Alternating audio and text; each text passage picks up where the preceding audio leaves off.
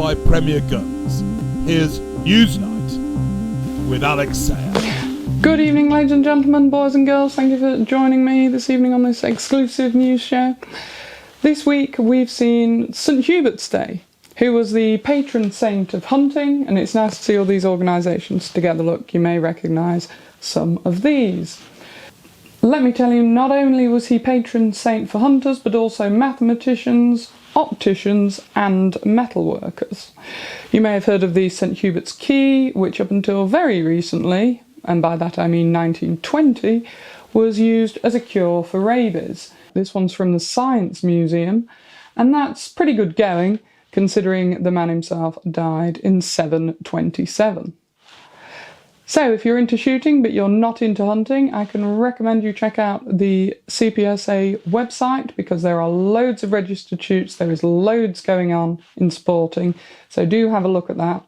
But most of all, have a look at the nominations. Their awards of the year closing date is coming up very soon and includes categories such as Disabled Shooter of the Year, Emerging Shooter of the Year, Young Shot of the Year, Best Grounds and the Course Setter. There is something for everybody. So, like I say, get out there and enjoy yourselves. Also this week we've seen the end of COP26. I'm not going to go into the details on that. I haven't watched any of the coverage. What I have done is uncovered that whilst they wanted to source local food and be sustainable, the caterers, the official caterers of COP26, used farmed salmon on the menu. I looked into this and discovered that Loch Duart, the suppliers of the farmed salmon, were subject to an Advertising Standards Agency investigation. Here we are, look.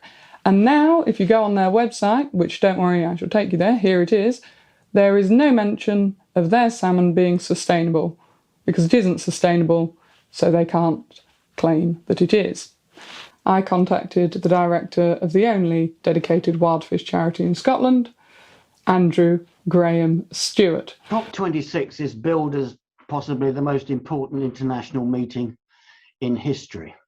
And at the heart of COP26 is meant to be sustainability. And one would expect that the menu, there's a fairly limited menu that they've got at COP26, would only include sustainable food. The mortality rate in farm salmon in Scotland is around 24% annually. Now, if that mortality rate happened in a chicken farm, a pig farm, any terrestrial farm, it would be closed down tomorrow. But the average across the industry is 24%, but they get away with it because it's incredibly profitable. I asked him directly about Loch Duart and he gave me some interesting answers, which I'm going to share with you now. Loch Duart are a smallish company. They're actually owned by an American investment firm now. They have a reluctance, it would appear, to actually use any chemicals in terms of treating against sea lice. I mean, the farm that stands out most in terms of its environmental performance this year is a farm in a place called Clashnessy Bay. And this, ladies and gentlemen, is the heart of the issue, this sea lice thing. And the sea lice numbers there this year, for the first 9 months of this year before they finally harvested out the farm, average over 5 adult female lice per fish per week. If you've got, say, 500,000 fish, farm fish in that farm, but multiply that by 5 adult female lice, you've got 2.5 million adult female male lice, and pumping out billions, literally billions of sea lice larvae which flow out from the open cages into the wider environment, and any passing wild salmon smolt or sea trout smolt is likely to get infested with sea lice larvae if they pick up more than 10 or so sea lice.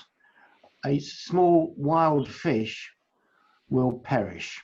I then asked him how we can eat salmon. I like salmon. How is the best way to buy it? I'm afraid there isn't a sustainable form of farmed salmon. Well, Alaskan salmon is sustainable, but then if one's thinking about the air miles, then one might have doubts. But there are other fish. If you want oily fish, mackerel is plentiful and sustainable. It doesn't have to be salmon. So there we are. That's COP26 for you and what's really been going on. One would have thought that the organisers of the event would have thought long and hard before putting any farmed salmon on the menu. But to actually put on the menu farmed salmon from the company which is the only company this year to receive 2 enforcement notices for failure to control sea lice in Scotland this year. They got not 1 but 2 enforcement notices for this one particular farm. So their environmental responsibility and credentials are really shot. Wow. Next week, I'm going to be looking at magpies and why they should be included on the general licence in Wales. Natural Resources Wales has got a consultation up at the moment. They've had yet another challenge from Wild Justice, and there is a 70-question questionnaire which I would urge you to have a look at if you can, in order to support our neighbouring shooting country, Wales, which is of course the home of brigands. I've been very lucky to go to Wales quite a bit recently. I've visited some shoots such as Three Valleys and the brand new Pennell's shoot by Cambrian Birds. As you expect, Wild Justice are all over this questionnaire, and here are some of their recommended responses, which I'd like to just pull apart for a moment, if you'd like to stay tuned. So, let's have a look. They even want to protect the carrion crow. This is the question. This is question 53.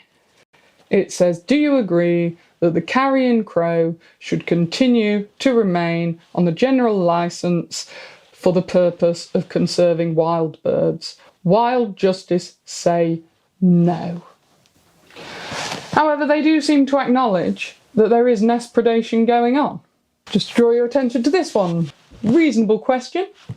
Do you agree with the way in which we propose to carry out a regular review of general licences? Wild Justice say no, reviews should be annual, unless you implement all my suggestions, in which case every few years would be okay. The consultation asks for any comments on the format of general licences or any suggestions on how we could improve them. They actually suggest that they should be very lengthy. Bearing in mind, you don't actually have to apply for a general licence. They then start turning on the paper itself. Have a look at this. Do you agree with our proposed principles for licensing the lethal control of wild birds for conservation purposes? No, you've done it again. Listed 5 complicated principles and asked for a yes or no answer. That's silly. If you disagree with any of this and think, like I do, that it is perfectly ridiculous, please do get involved with the consultation. Skip straight to the questions. We need to really try and support Wales here on this one. And we all need to stick together, don't we? So, as I say, that's about it from me. Thank you so much for watching. If you like what I'm doing here, give it a like, maybe even subscribe. I'll see you next week. Thanks again for watching. Take care, everybody. Bye-bye. Proudly sponsored by Premier Gun.